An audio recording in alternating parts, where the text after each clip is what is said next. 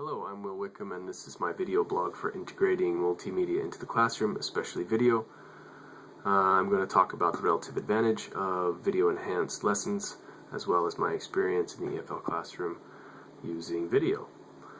Using video as a component of a well-thought lesson plan has a number of advantages. On page 172 of Integrating Technology into the Classroom, Robler and Doring, Robler finds that the benefits of multimedia seem to center on the ability to offer students multiple channels through which to process information.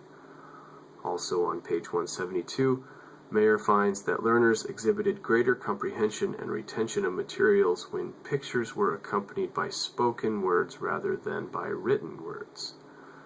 So by combining listening and a correlating visual, you get higher retention. And this is exactly what video offers. The power of video lies in its ability to transport the audience outside of the classroom on a nearly infinite level. The National Teacher Training Institute website states video is uniquely suited to take students on impossible field trips inside the human body or off to Jupiter, take students around the globe to meet new people and hear their ideas, illustrate complex abstract concepts through animated 3D images, show experiments that can't be done in class, bring literature, plays, music, or important scenes from history into the room. Of course, each of these types of discoveries have positive effects on our students. The National Teacher Training Institute states further, teachers can reach children with a variety of learning styles, especially visual learners and students with a variety of information acquisition styles. Engage students in problem-solving and investigative activities. Begin to dismantle social stereotypes, help students practice media literacy and critical viewing skills, and provide a common experience for students to discuss. In my own experience, students learning English as a foreign language seem to improve faster when video is a key component of the lesson.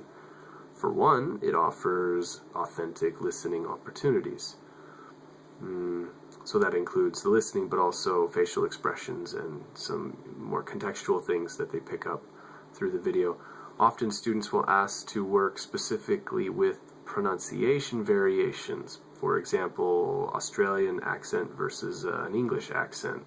And I know there are many more complex layers than that, but on a typical basis. For example, recently a student at my university had been selected for a student exchange program and was to spend a month in Australia. He came to my office and together we reviewed some common differences between my West Coast US accent, which is a fairly typical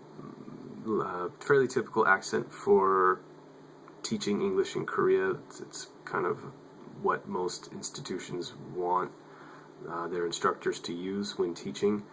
So the difference between mine and an Australian accent, I showed him a number of videos which allowed him to key in on specific differences and better prepared him for his month-long adventure. He didn't tell me he was coming to my office, and of course the joy of the internet is how readily accessible it is, so we were able to quickly pop up some YouTube videos and get a good feeling for the language. He came back from his experience and was very grateful for the help that I gave him. Another use of video is in student-generated short films. All of my students have smartphones, literally all of my students have smartphones with at least a 2-megapixel camera. Most have a 5 to 8 these days. So I've started integrating a bit of student-produced videos, which has been very successful. I'm quite enjoying the experience. One of the ways I've done this is to near the midterm and final, they will go home maybe 2 weeks before the midterm or final, and they'll write a script, and then they'll practice that with their members of their group, usually in like 3 to 4 person groups, and then they come back to class the next week, and we spend a few minutes, 15-20 minutes beginning of class, working out any language issues. I look at their scripts and just try to catch any big issues or big problems. And then I cut them loose to roam the campus and shoot their video. They aim for about a 4 to 6 minute video. They don't have any time afterwards to cut or edit or do anything with it, so they have to be pretty sure about what they want to do and how they shoot it. And they review all that in previous lessons. So they come back, we pop them up on the screen, and it's been really interesting and quite hilarious in some cases. But one of the key factors was that because they're showing the videos to the class, they try really hard. They go home, they really work on their pronunciation and getting their grammar right.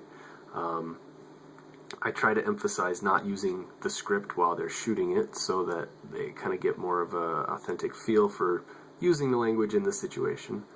But it's been successful, and I've noticed their test scores have come up by using this method over some of the previous ways I was having them review the language. So video in the classroom, whether it's watching videos and trying to emulate the language that way, or by creating videos themselves, it seems students are really engaging with English in my classrooms through video. So I will continue to use it and look for new and interesting ways to incorporate videos into my lesson plans. So thank you for listening, and talk to you soon.